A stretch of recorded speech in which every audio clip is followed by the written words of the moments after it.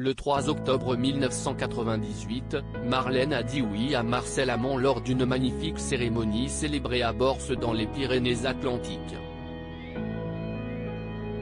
Pour ce grand jour, la mariée avait choisi de porter une jupe et une veste crème assortie.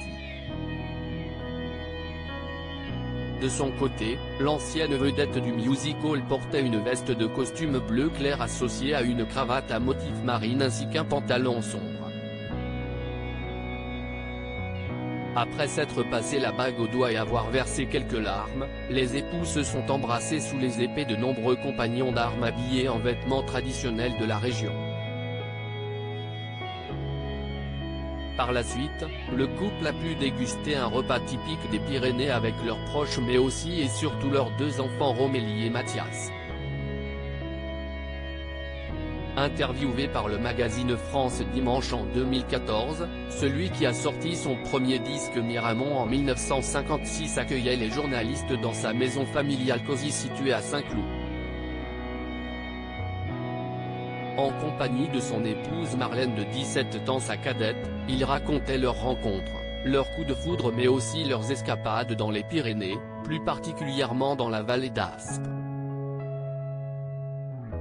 J'ai eu Katia, ma fille aînée, à 27 ans, et puis Alexis, avant de divorcer et de mener une vie de joyeux célibataire.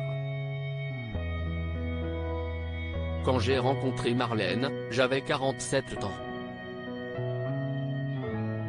Si est elle qui a tout agencé dans notre maison et qui est tombée amoureuse de la vallée d'Aspe. Elle a aménagé la vieille grange de ma famille.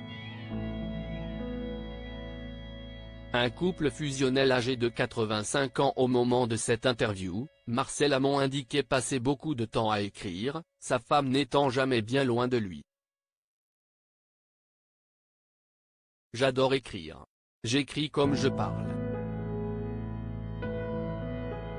Chaque jour, Marlène se charge de taper.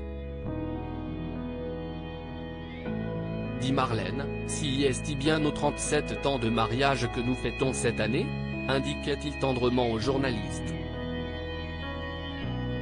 Mort le 8 mars 2023 à 93 ans dans son domicile de Saint-Cloud, le chanteur qui s'était produit à l'Olympia en 1970 a eu des obsèques intimes où seule sa famille était présente. De nombreuses personnalités lui avaient rendu hommage mais aussi Jean-Pierre Pascalini, directeur des programmes de Mélodie Télévision qui avait déclaré « On gardera le souvenir d'un artiste passionné par la langue française et la scène, son domaine. Capable de faire sourire et rire, comme réfléchir ou pleurer, il était de la race des artistes complets.